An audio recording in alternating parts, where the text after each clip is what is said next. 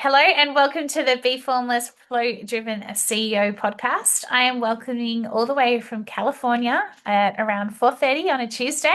It's Sara Shulting-Kranz. Welcome to the show, Sarah.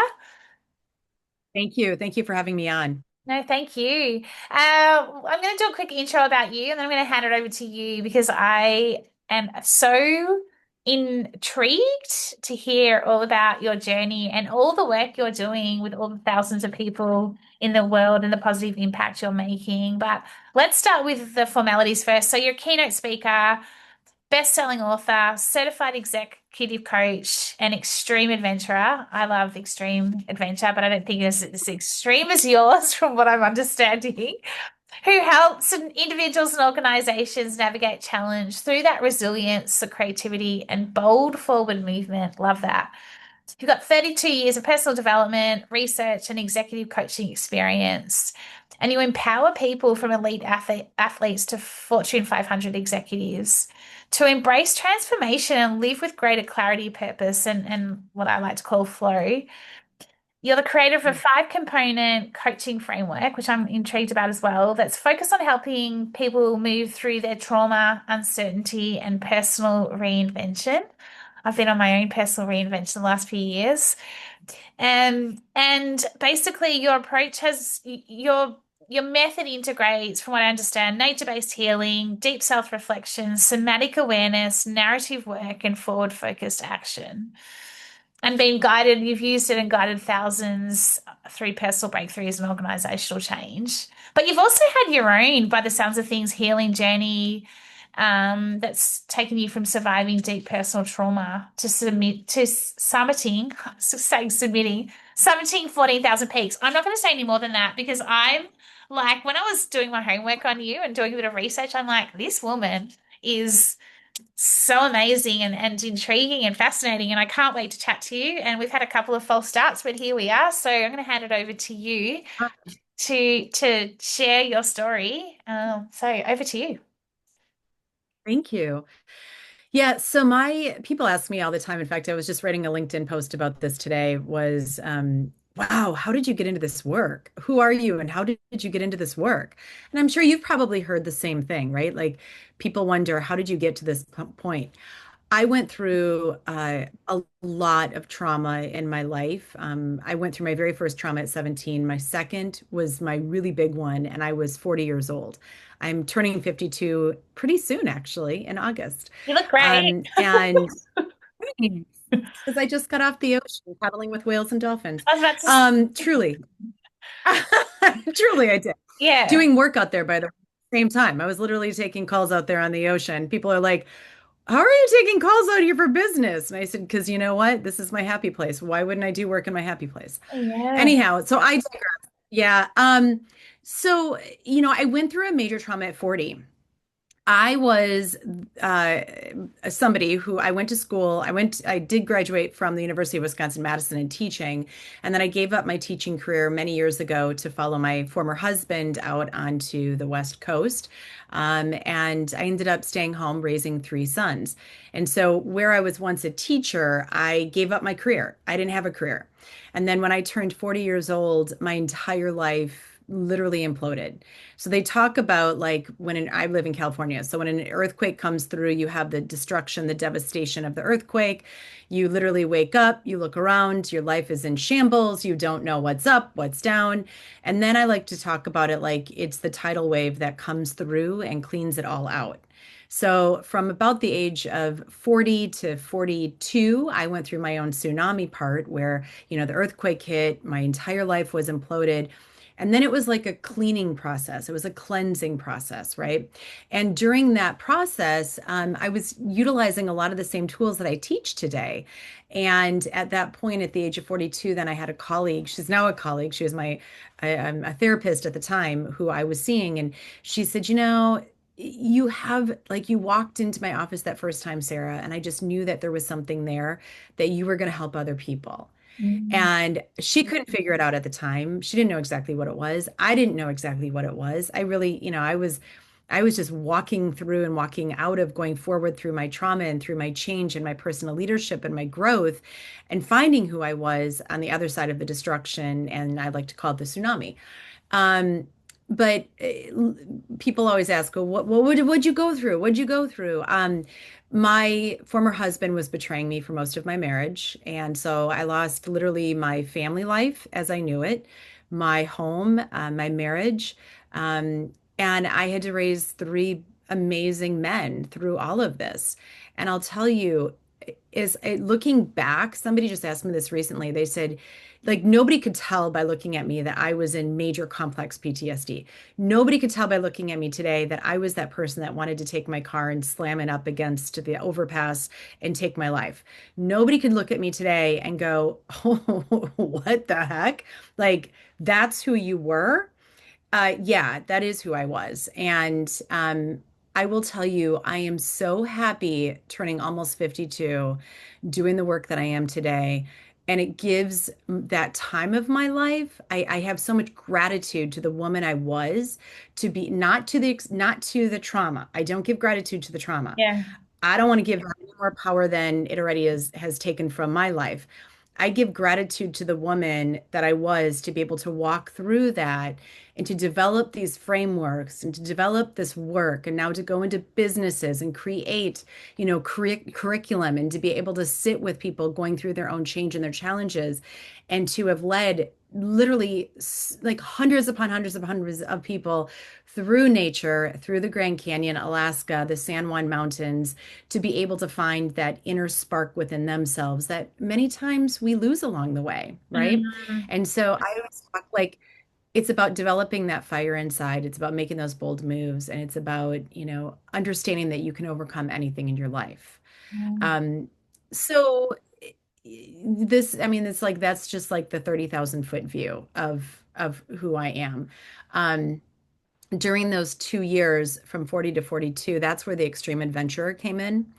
I was at that point trying to find myself. And so I was paddling out on the Pacific Ocean from the mainland out to the islands, and I was paddling with whales and dolphins. And I was, climbing mountains and going into the Grand Canyon. And one thing led to the next, led to the next, led to the next. And I have done some pretty extreme stuff. I mean, I've, gone route finding for, 12, 14 days up in the tallest peaks of the Sierra Nevada mountains where there's no trail, and the thing that my boys, who I love to pieces, the thing that they have witnessed and been witness to is mom's transformation, not only mentally and emotionally, but physically, and also, within her work, within the yeah. professional field that I'm in. So it's been really cool. It's been really, really cool. I What a have to story say, though. Like what a story and what a journey. Like in terms of have you always been an adventurer? Like were you always was that something like no, extreme adventure? So it's only come out of no. when you were going through your earthquake or your tsunami, I should say. That is that when you started exploring adventure, like extreme adventure? Like Well, so, I was the hands-on mom, right? Like mm, I was that person where I wanted to take the boys to Half Dome, not to climb Half Dome, though one of them, one of them did. I was the mom that wanted to take them on road trips. And so, even in my late 30s, I told the boys, I said, we're going to go on a 6 week road trip. And so we went on a 6 week road trip into a bunch of national parks and, like would wake up to watch the sunrise. But I was always a hands-on mom. I was not, though, that adventure for me, right? It wasn't until I really needed to create space in my life for myself. And they completely understood it. Listen, people ask me all the time, like, how did you do that if you're raising kids? They they could see how much that I also needed that for me, mm, right? And so they gave me permission to go do the things that I needed to do while also I was raising them. I think when we're modeling for our kids what it is to be a good human being, it's important to remember that, they're watching every one of your moves. And for me, it was also having them to understand mom needs this time. Like Mhm. she's going to go away for 2 days, and this is where she's going to go. But no, I didn't know that was in me until all this hit. It's interesting, you talked about this earthquake and this tsunami, and I relate in but differently in terms of everyone, everyone has their stuff, right? And everyone's had their experiences. And like you said, like at the start, people you probably get like, how did you get to here, sort of thing. And you're like, ugh, it wasn't an easy road. But that I was reminded of something the other day, and you've probably heard about this, the life quake. Like have you heard of like the term life quake, like an earthquake, but a life I quake? actually wrote about it in my book. Yes, I wrote about it in my book, Oh, which is you what's really do. funny. When I started hearing that term, I was like, huh. I actually I talk about that in my book. Yeah, I right. wrote I'll a have book, to, HarperCollins Publishing, and I yeah, talk about life quakes. yeah. Like, Because that's yeah. where it took me to, what you're talking about, absolutely. But I hadn't thought about it the way you've described it, in terms of the whole everything falls apart. But then the tsunami is cleaning everything out, because you're kind of at that point, and I don't know if this happened to you at the time, when you're like, everything's falling apart, and you're like, how the hell do I make sense of this? And where is this leading to? And then this cleaning piece comes into play. But even for me with the cleaning, and I still feel like I'm going on a bit of the clean, that's still this, it's kind of like the tsunami's completely calmed right down, but there's still water moving, and in like in cleaning out different, because something happened this week, and I'm like, I looked up and I'm like, oh, you're still cleaning things out. You're still stripping things away. Okay, I get it. Like, I'm just like, now I'm not fighting it. I'm just going, I get it. I'm surrendering to it, right? Is that Yeah. something that, like, from earthquake to tsunami, like, how did you then, as part of the cleanup, how did you begin to kind of go, all right, this is what it is. I am going to have to work my way through it. Like, and I guess that's probably what you're doing with people, when you're working with individuals or businesses now.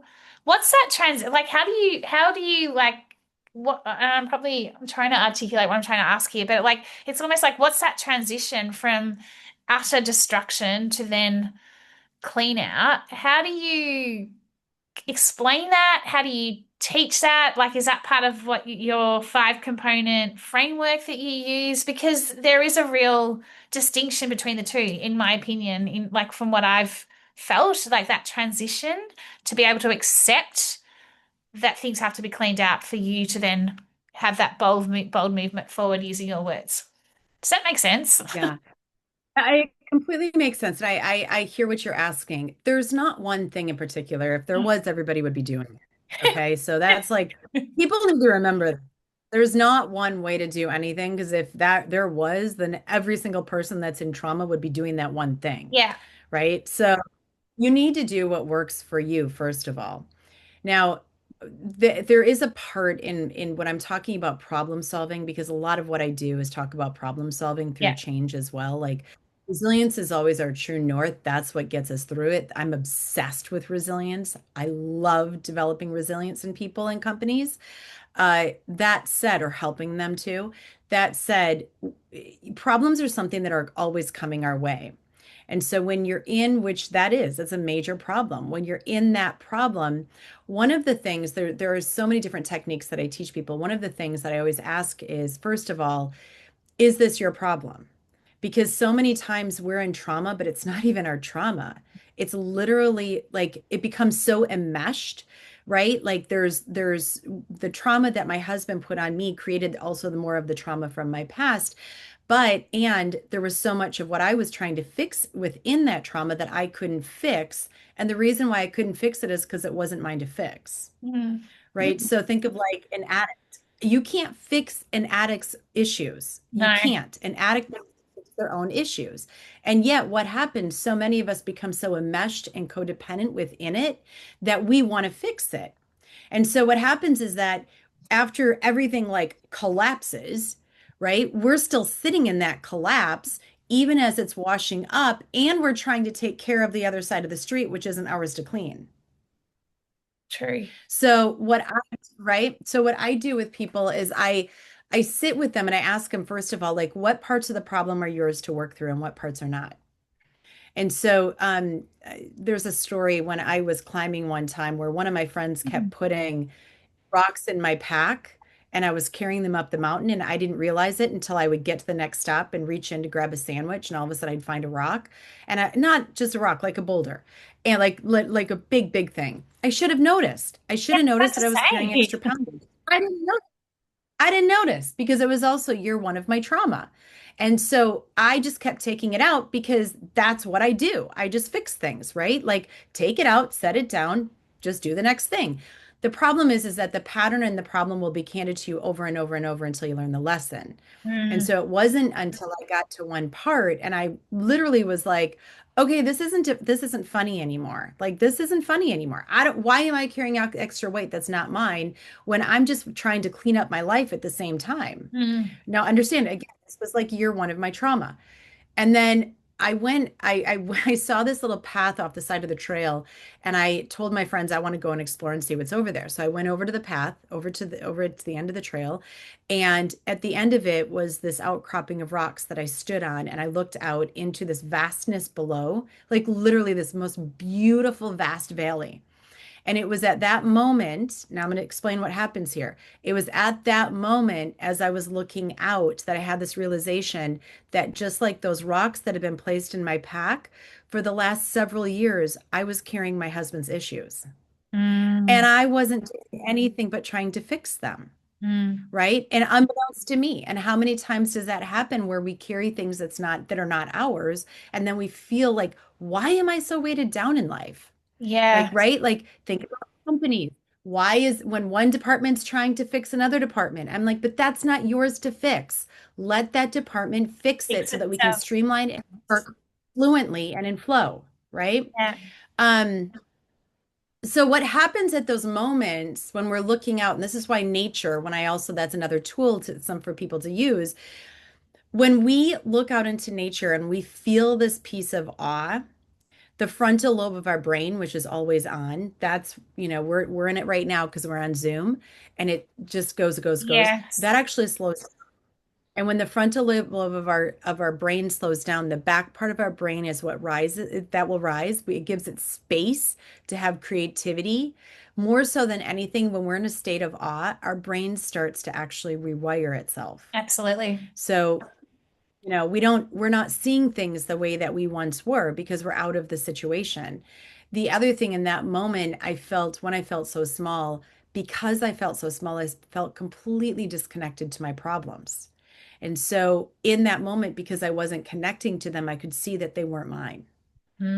And Mm, so when I'm working with people as we're going through that, like that, everything's imploded, we're starting to, everything's getting washed up, the tsunami part of anything, that's where we can start to sit with what do I want to carry that's mine in life? What is mine to fix? What is mine to take accountability and responsibility for? And how are we going to do that in order to continue to move forward through the change that we are in? I love that. And it's also So like, I, what are we prepared to let go of, right? Like as part of the cleanup, like what's just going to be washed away? Like it's that letting go, what's no longer serving. Back to your point around the problem, that's not a problem of mine to solve or fix. I have to let it go. yeah, yeah, yeah. It's I think trauma is one of the most difficult and this whole world is kind of we're in our own state of trauma right now, right? Like Oh there's my just God. so much happening. So So much happening. heavy. So heavy. The energy Um, is so heavy. so so heavy. And I think, the beautiful thing about going through hard times is that it's the whole thing of like what doesn't kill you makes you stronger. Okay, hold up. Like what what gets me stronger is the person that I am today, right? And so again, it's not all that we're going through. It's who are we on the other side of that. Mm. Which for me is that's that post-traumatic growth piece, right? Like in terms of you talked around the PTSD, and I don't think we talk enough Yeah. about like post-traumatic growth, like and like the adversity we face. But back to your piece around resilience, and you would have heard this term, but I love resilience too. But I'm, even through my own adversities, and like experiencing it, like it was almost like for me, it was like, okay, I'm bouncing back, but then how do I bounce forward? Like it's what's that, like you talk about that bold movement forward. So how do we create those anti-fragile systems, or how do we make sure that when something fragile happens to us, we're not just bouncing back, but we're also continuing to bounce forward, because that's where, that's that post-traumatic growth piece, that you're always growing from the experience, not falling back into that PTSD, because that's not where you're going to. I don't know. I guess for me, like, yes, you can't, trauma is trauma, but like, how do you harness that and then turn it into something that is a growth and that enables you to almost be, you're not the same person that you once were. You absolutely, I'm sure everyone says, like, you talked about your sons. I'm not the same person I was 3 years ago. I may look the same, but I'm not the same inside. And so how do you Oh. continue to grow that? So I talk about because I've done a lot of work in the Grand Canyon. That's where I was leading retreats. Um, and have you ever been to the Grand Canyon? No, but I'd love to. I'd love to do a retreat in the Grand Canyon. Oh my gosh. I've been to California, but I have not been to the Grand Canyon. Like, I was just talking to Oh someone my. about Niagara Falls and that, and I have not been to the Grand Canyon. So I need to get that. There are two things I need to put on my list.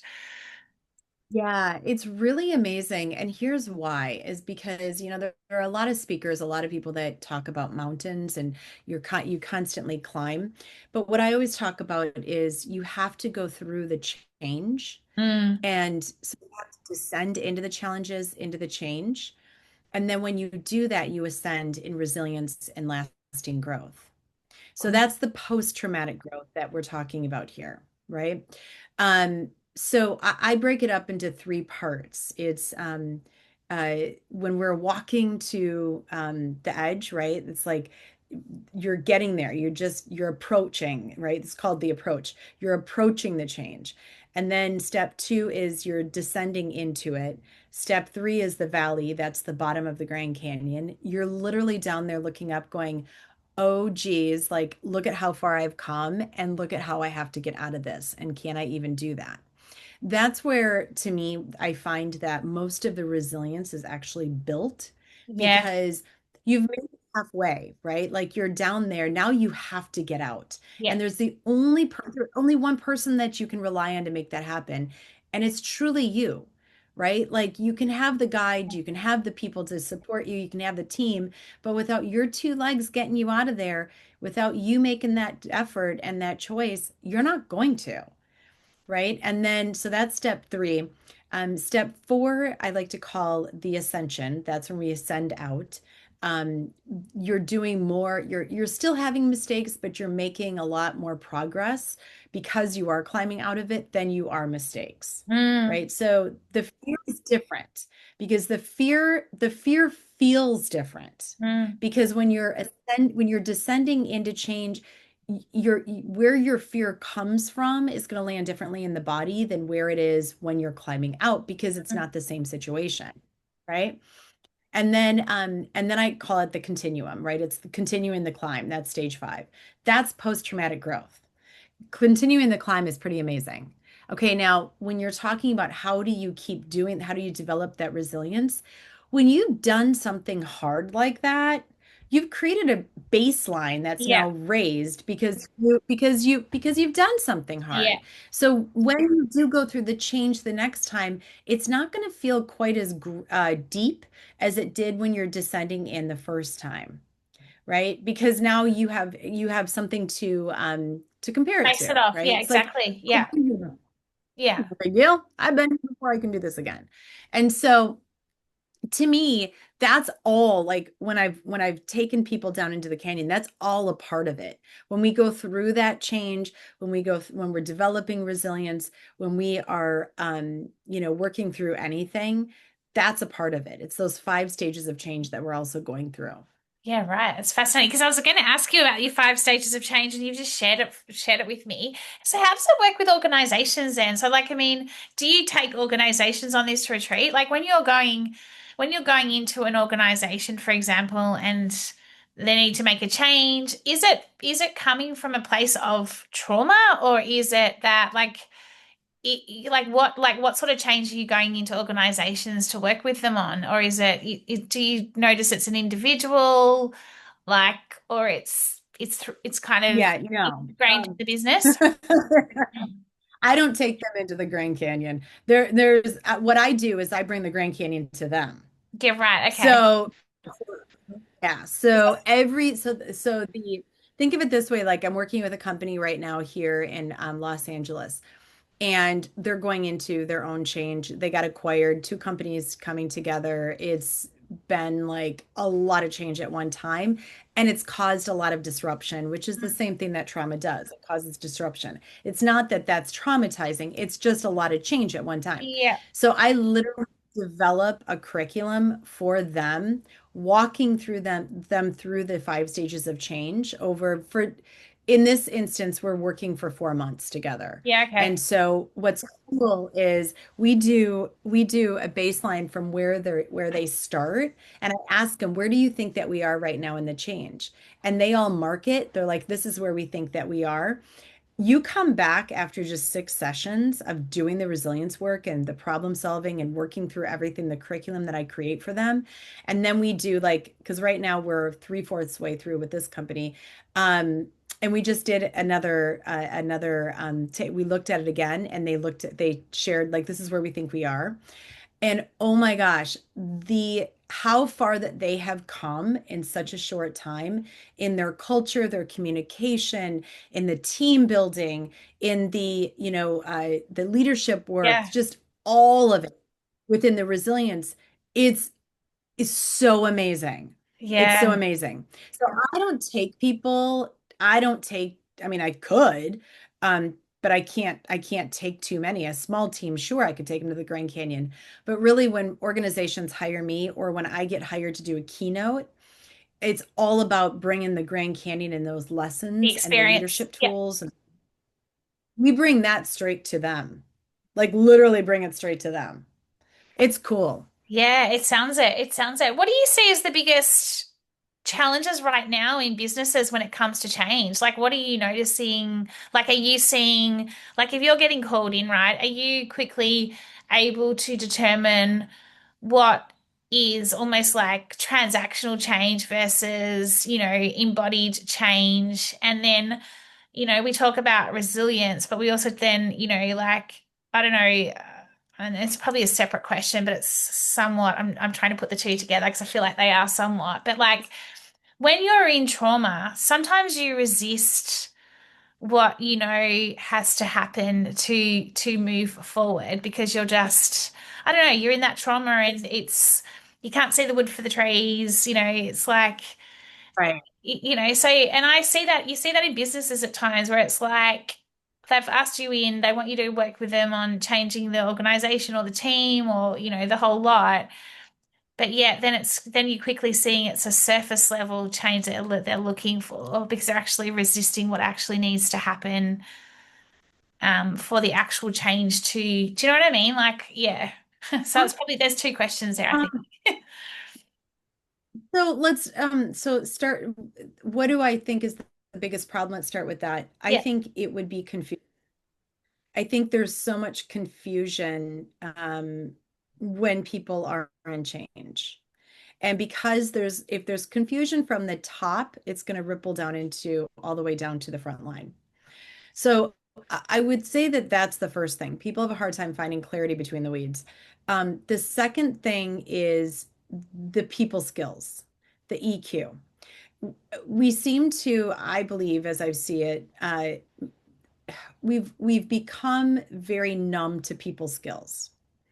And so not and I don't think that people necessarily understand how important the EQ is, the emotional quotient. Yeah. Being able to understand people that are before you, being able to communicate, being able to listen, sit in the meeting, say the things that need to be said in a way that is filled with kindness, right? Though sometimes Mm. it needs to be said directly.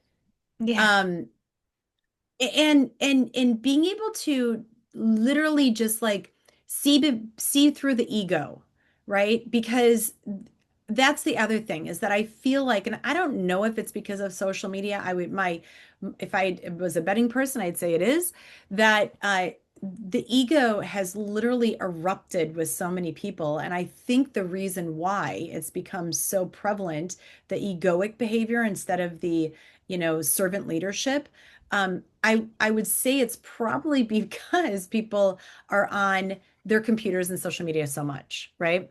And so what I see as a major issue is people not being able to sit and actually understand people enough. Just Yeah. understand people, understand your people, understand the front line. Like it floors me how many people don't go and have the conversations with the front line, and they are your first line of defense, right? And so, like the companies that I go into, I'm like, okay, I'll talk to the senior leadership team. That's great.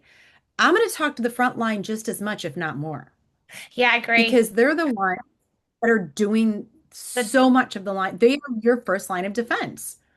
And if you're not going to understand them and really get into the weeds with them, you're never going to be able to grow as fast, or as much as you want to, mm, because they are your people, yeah, right? so And true. so to me, that's like the one thing that I notice. And I love it. I can't believe that more people don't love to go and sit with the front line. Like, I love it. Put me up there with them and let me have the conversations. Yeah, I agree. I think you've got to understand you've just got to understand everybody within the organization, right? And like what they're I mean, I've got a client at the moment and similar sort of thing. There's a few things going on. It's like, well, have you actually sat down with them? And like we've got to have the conversation and I can keep having the conversation, but like you need to understand it as well. Like I can see exactly what I think is the issue, and but yet like let's break it down. Like there's just this disconnect at times between the leaders and the front line, and you've got to put the two together.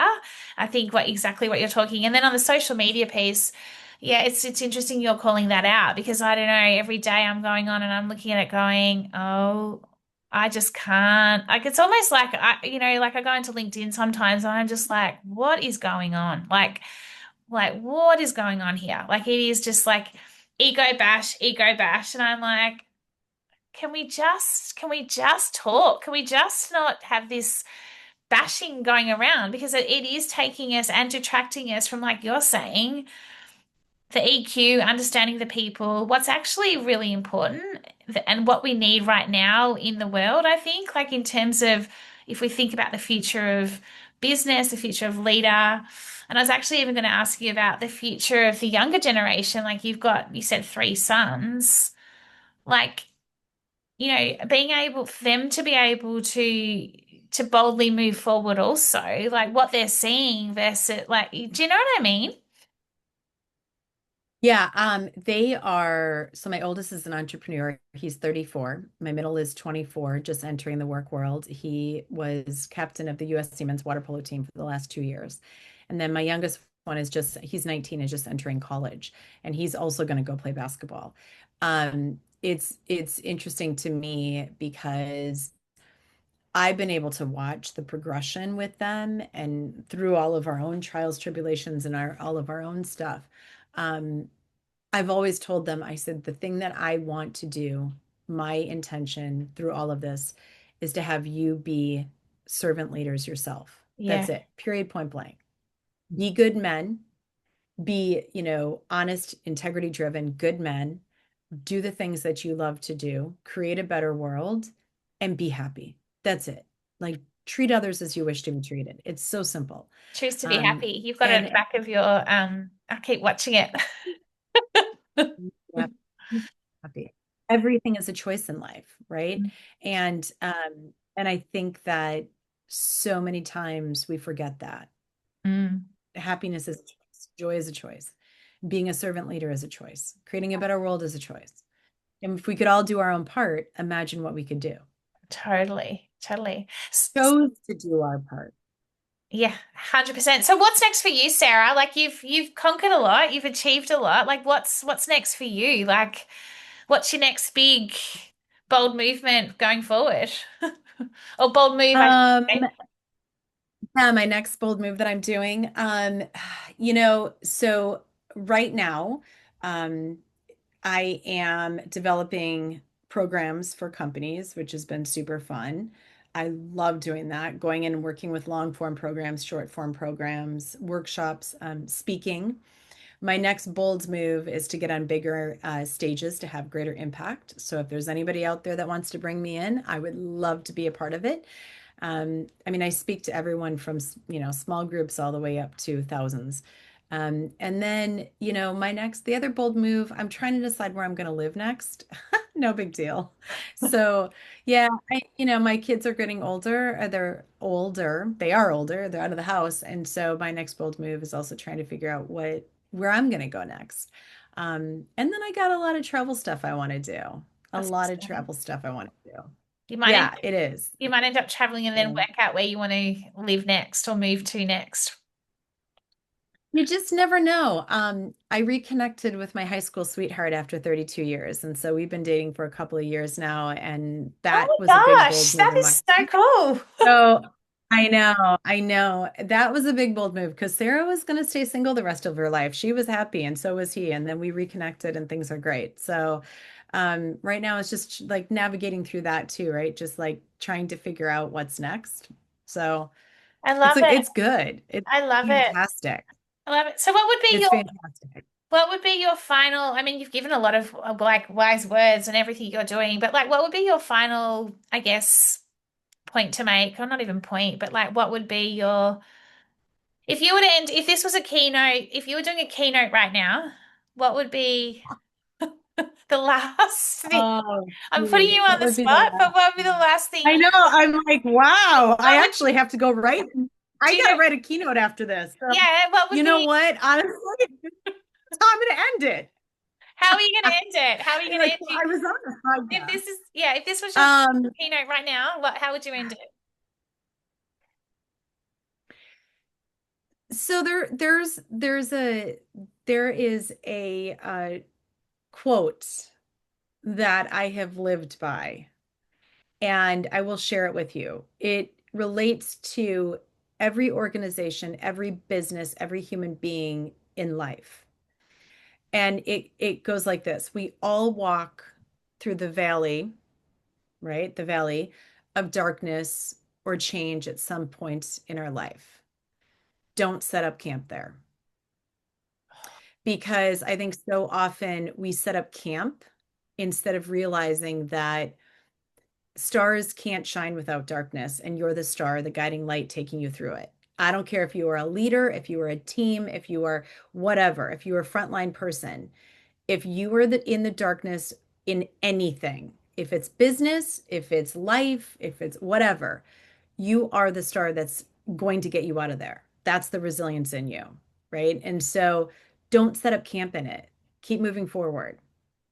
The way out is forward. I mean, that's my battle cry. The way out is forward. Drop the mic is all I'll say. I love that. Drop it. Drop. That's incredible. Oh my Drop gosh, it. such great inspiration. Thank you so much. Even just to hear that, You're like welcome. life leadership business and don't stay in the valley. You know, you're the star. I love that so much. And I'm gonna actually write that for myself at times because we sometimes get in a valley and then how do you get out of that valley? You know, how do you go forward? Yeah. Doesn't have to always be Yeah. a trauma. It can just be a shitty day where you're just like in a valley. I I had one came off. yesterday, and then I had one I yesterday. came off. Did you? What happened yesterday? Tell me. It's just I just had I had a just a, I just got no, I had a no on a proposal that I was really looking like really excited about, and I thought like you know that it was could be a really great one to make some fundamental change that was required, and it was just it wasn't a not hard no, but it was just a not now, you know, and Yeah. it just got to me yesterday. I was just having one of those business days as a solopreneur, and I was just like, what gives? Like, you know, and then I just pulled myself out of it. Like I was in the valley. I was in the valley, I got to say, for quite a few hours. And then all of a sudden I went and did a cardio strength class, came home, played with my puppy, and then I was out of it. And then I just was like, okay, Yeah. that's it. And just got to keep shining. You just got to keep going forward.